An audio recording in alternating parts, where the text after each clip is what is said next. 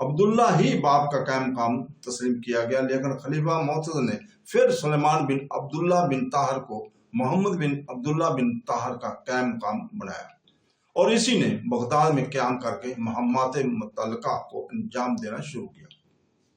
ترکی سرداروں میں بابکیال نامی سردار بھی تھا۔ بغا وسیع اور سیما طویل کی طرح ایک سر پھرا آوارہ گرد اور نامی سردار تھا۔ اسی سال یعنی 253 ہجری میں معتضد باللہ نے بابکیال کو مصر کی سند گورنری عطا کی۔ بابکیال نے اپنی طرف سے احمد بن طاطون کو بطور نائب حکومت مصر پر مقرر کر کے بھیجا۔ طاطون ایک ترک تھا جو لڑکپن میں فرغانہ کی لڑائی میں گرفتار ہو کر آیا تھا۔ اس نے خاندان خلافت میں پرورش پائی تھی اور غلامان شاہی میں شامل تھا۔ اس کے بیٹے احمد نے بھی دارالخلافہ میں پرورش پا کر امور سلطنت سے واقفیت حاصل کی تھی۔ بابکیال کو جب مصر کی سند گورنری ملی تو اس کو یہ فکر ہوئی کہ اپنی طرف سے کسی کو مصر کی حکومت پر مامور کر کے بھیجوں۔ اس کے بشیروں نے احمد بن طاطون کا نام لیا، چنانچہ اس نے احمد بن طاطون کو مصر بھیج دیا اور احمد نے مصر پر قبضہ کر کے وہاں کا انتظام کیا۔ جب معتضد کے بعد خلیفہ مہدی نے بابکیال کو قتل کر کے یارکوج ترکی کو مصر کی گورنری عطا کی تو یارکوج نے بھی اپنی طرف سے احمد بن طاطون کو مصر کی حکومت پر مامور کیا۔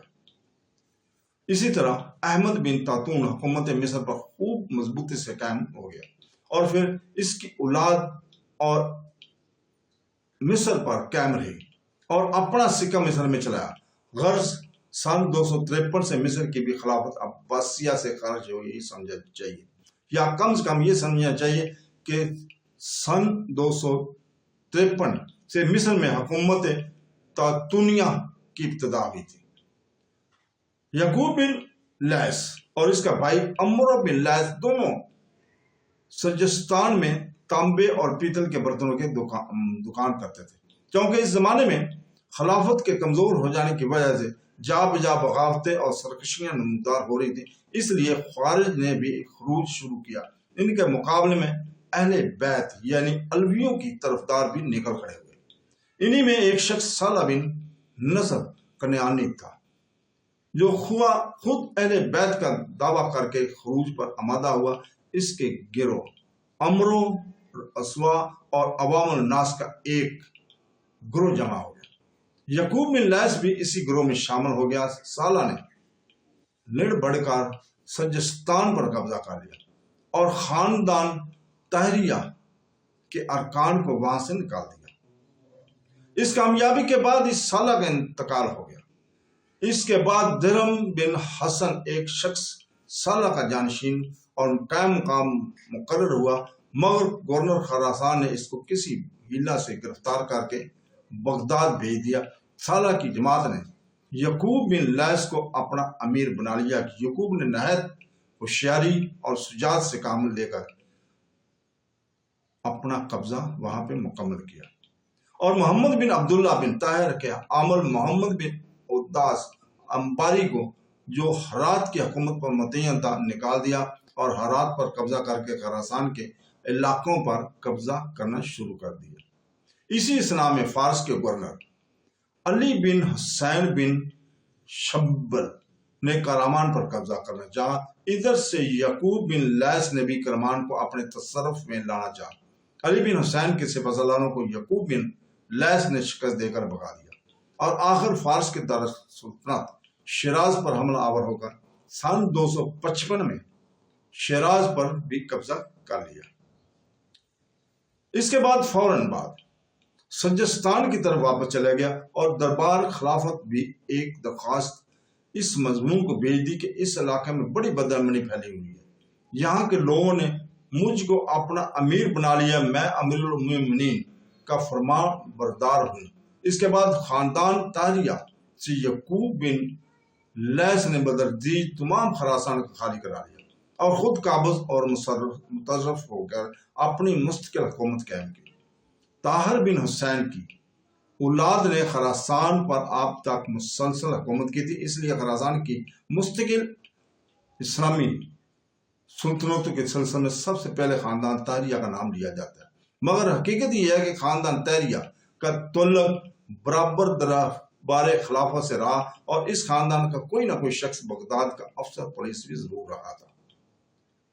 خلفائے عباسیہ میں کسی کو یہ جرت نہ ہوتی کہ خاندان طاہریہ کے خمس سے خراسان کو نکال کر مغرب طاہریہ خاندان ہمیشہ اپنے آپ کو خلفاء عباسیہ کے نوکر اور محکوم سمجھتا رہا، اور خلفاء عباسیہ سے سند گورنری حاصل کرتا رہا اور خراج مقرر بھی بھیجتا رہا۔ لیکن یعقوب بن لیث نے جو حکومت قائم کی، یہ اپنی نوعیت میں طاہریہ سلطنت سے جداگانہ اور خود مختار تھی، اور جو دولت صفاریہ کے نام سے مشہور ہوئی۔ اس کا تفصیلی حالات آئندہ ہم کسی مقام پر انشاءاللہ تعالی بیان کریں گے۔ اس کے ساتھ آج ہم اجازت چاہتے ہیں، کل تک کے لیے اللہ حافظ۔